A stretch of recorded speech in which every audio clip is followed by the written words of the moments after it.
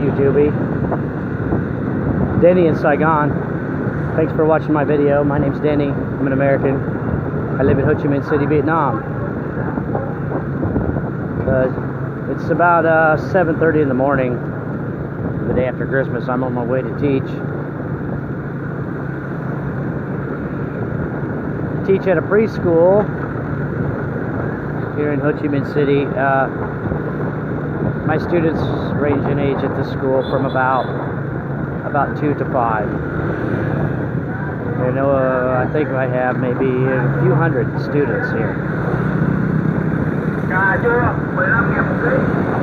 It's okay. Teaching preschool is not easy, really. It's not hard, but it's not easy. It can be challenging, I'll put it that way. The kids are beautiful, they're very sweet. It's very enjoyable to teach. It's very satisfying. But I don't get a lot of adult conversation here in Vietnam.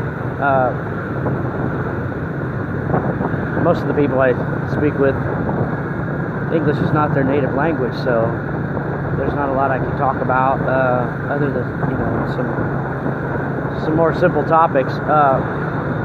I like to watch the news in the USA and see what's going on. I've been a news junkie since I was about 18, maybe a little younger than that. I started to read the newspapers a lot when I was about 16. And of course, you know, at 16, you don't know anything, you know. You think you do, but you know nothing at 16, even at 20. Or 30, even at 30, you're starting to get a grasp of things and how things really work. But then a lot of the world is hidden from us. You know, it's not on display, so we don't always notice it. We have to go looking for it. And I think I was in my 40s basically before I even realized about, you know, I didn't even know about secret societies and stuff like that. You know, they're in every town in America. You know, you go right outside of town and you can see their signs. They have the signs as you go into town. Freemason Lodge here, yada yada yada. They have all these Rotary clubs and all this stuff. I didn't know about any of that. I was in my 40s. I thought the occult was, you know, people who lived down at the trailer park and wore Slayer t-shirts and stuff. I wasn't really putting it together, you know. But after I had a chance to do a little reading, and especially the Bible, I got to say the Bible, and I don't read it enough now. I'm busy doing other things, but I spent about 10 years reading the King James Bible, pretty much diving into it. My dad and I, we spent countless hours studying the Bible together for many years, and we didn't just read it together, but we also listened to like every Chuck Missler CD, and we were watching every Jack Van Hippie episode, and we were just sucking up everything we could.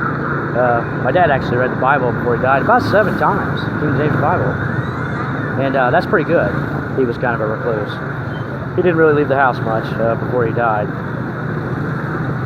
He died of cancer in 2012. It was pretty awful to see that. He was a big guy, about 6'4", about 350 pounds, and when he died, he was about 100 pounds. You know how it goes. This is the market area here. It gets real busy in an area like this. They have market areas, right? And certain times of the day, it's hard to get through here. This place will be full of people and a lot of stuff going on. And they're everywhere. They're all throughout the city, little areas like this. You kind of got to know where they're at. It's a good idea to know where they're at and what time you might want to avoid them.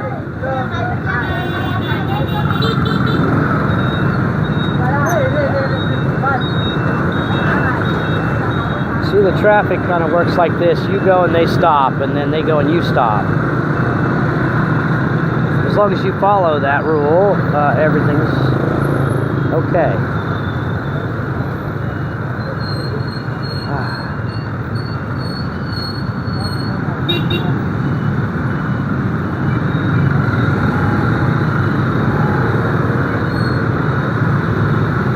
Yeah, so I guess I'm making the videos because I'm bored on my way to work and I have no one else to talk to.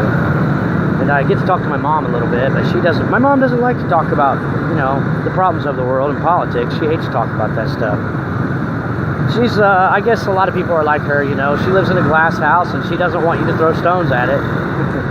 She just wants to hide, you know, to hide from the world's problems and not face them.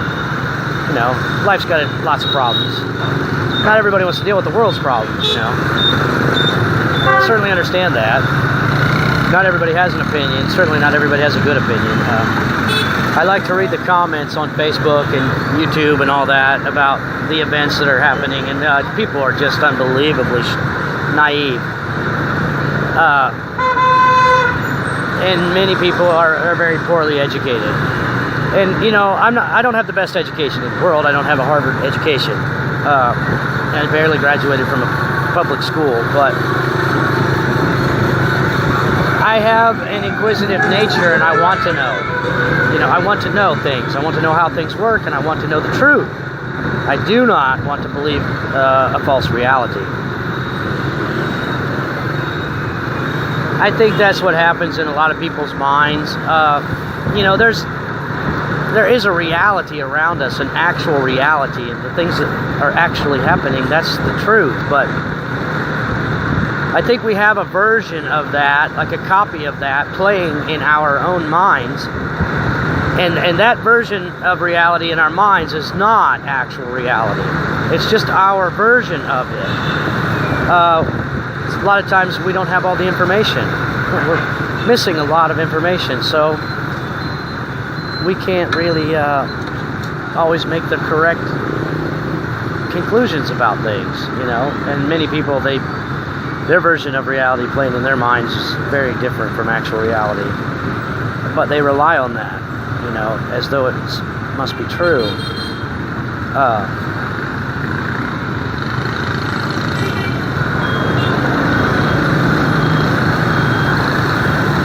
People get real mixed up, especially when they get emotional.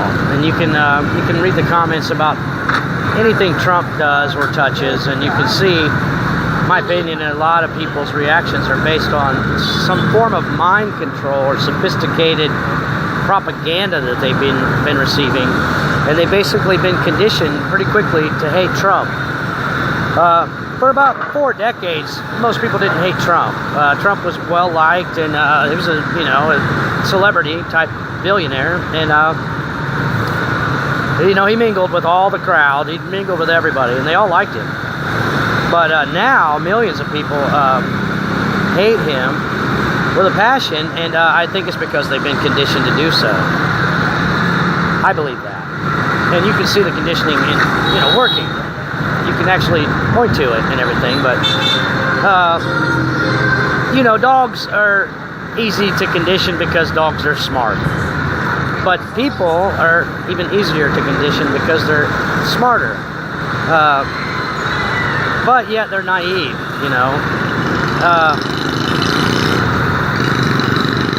The lefties and the liberals and the Democrats, see, the Democrat establishment, they all voted for all these wars overseas, most of them. Some of them, like, you know, I'm trying to think of some names. Some of them were, you know, in protest of it verbally, but most of them supported it behind the scenes and voted for it. But a lot of the people on the left, they were screaming about, you know, going to Iraq and going to Afghanistan and all that.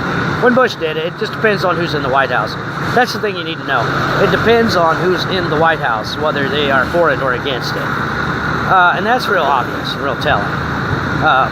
Bush, he was, the Bushes, of course, were globalists, big-time globalist minions, and they started a lot of this stuff, and they were all for it. The military-industrial complex, basically. And of course, Obama and Clinton were both for that. They you know, Obama. I watched Tom Fenton last night, and from Judicial Watch, and he's a good guy. You can trust Tom Fenton. The documents that they've uncovered, you know, they show that Obama knew about the weapons that were being funneled from Benghazi to Libya. He knew about that. or I'm sorry, Benghazi to Syria. They knew about that in great detail. So Obama is a minion of the the deep state, and there was no Al Qaeda before Obama. There was no Al Qaeda. It's very clear where that stuff comes from. But now that Trump wants to pull out, now the Dems are all war hawks. They're all neocons. They side with the neocons. Basically, they're against anything Trump touches now, and that's mind control. That's the conditioning that they're under.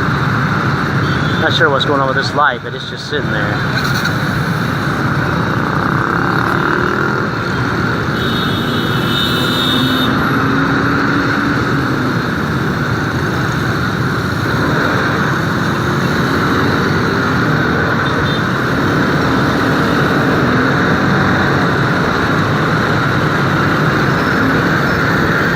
I got places to be. I got time to wait for the light. You see her hair? Isn't that pretty? So many girls here have beautiful hair. Long black hair down the middle of their back. It's gorgeous. All the women here. I love them so much. I don't really want to leave Vietnam. It's very peaceful here. This place is a good place in the world. I want everybody to know that this is a good place in the world. It's I mean, it's not perfect, no place is perfect, and no society is without some problems. But this society is pretty friendly and pretty hospitable and easy. It's non-violent mostly, and somewhat clean. It's a big city. It's not as bad as it could be, right? It's a big city in Southeast Asia. It could be a lot worse, but it's not too bad. I mean, they got it going on in Vietnam, and it's not that hard to come and live here. It's pretty easy. It's really a lot easier than living in the West. And whatever kind of inner turmoil they got going on in this society, you don't really notice it, right? It's not something that you're going to be aware of when you live here, like you are aware of everything in the West, like it's bad news through a megaphone and all that, and they scream it at you. This is a place where you can come and live a pretty peaceful, serene life, especially if you hook up with a nice Vietnamese girl, and they always take good care of you. They're such awesome ladies. Real easy to fall in love with them. Try not to get run over by this damn van.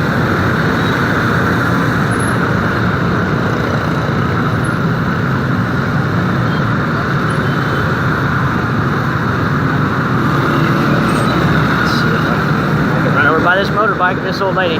There are a lot of old ladies on bicycles in Saigon, and they meander around. Probably the most dangerous thing besides the dogs. The old ladies, they just meander mindlessly back and forth, like most people. So, but they're moving real slow, and they come out of nowhere. Yeah, there's a lot of stuff going on in this traffic. There's little kids, oh man, people in wheelchairs, and people crawling down the road sometimes. This is a place where you just have a lot of things to keep on your mind all the time when you're driving. People coming from every direction all the time. Anyways, I